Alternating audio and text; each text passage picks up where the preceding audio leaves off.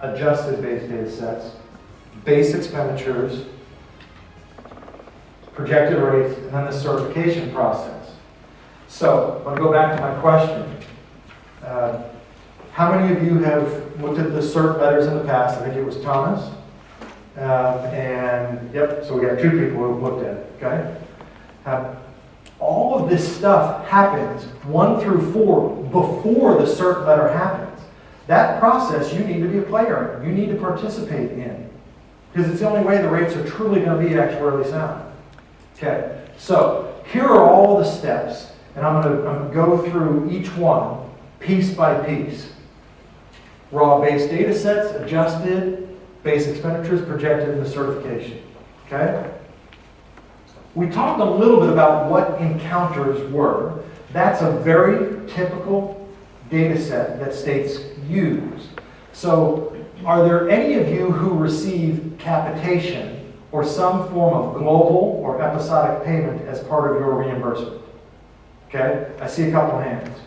So a challenge associated with encounter data is if you're a capitated provider or you receive a global payment, are you accounting for all the underlying utilization that that capitation addresses?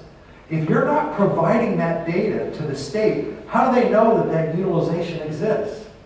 They don't have a way of valuing it. In fact, one of the biggest challenges that managed care organizations do is gathering encounter data and doing a process called shadow pricing.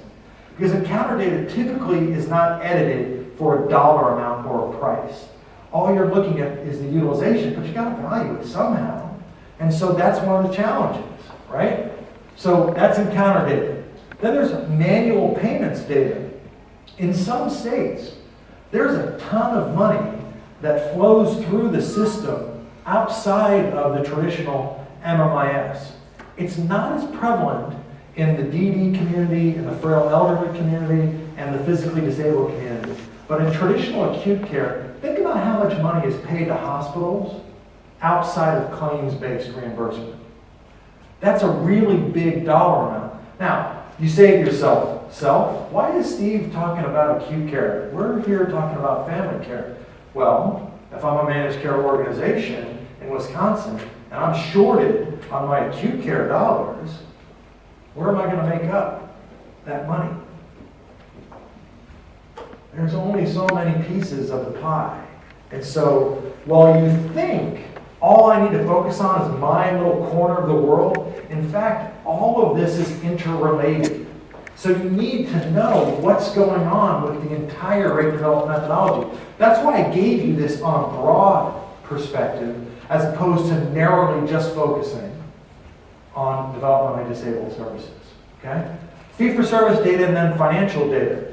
How many of you submit financials to the managed care organizations that you contract with?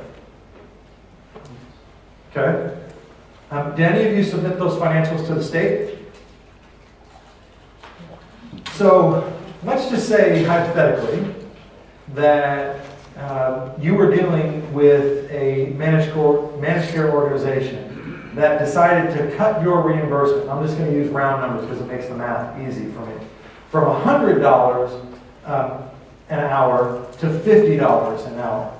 I would assume that would have a negative impact on your financial condition, right? How does the state know that what the managed care organization is paying the provider community is accurate? In some states, there's floors. There's contractually required floors for reimbursement. If you're getting reimbursement that is now significantly lower than before the family care program, how does the state know that? All they see is that the program has become more efficient.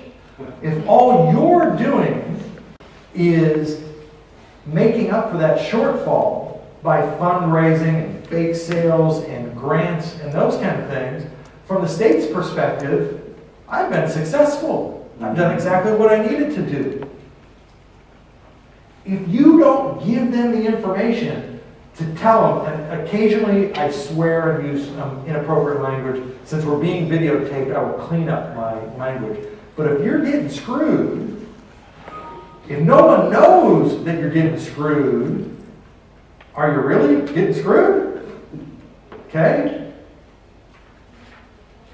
If your reimbursement has changed dramatically and you're not telling anybody and you're able to figure out how to cover it, then maybe you were getting too much money in the first place.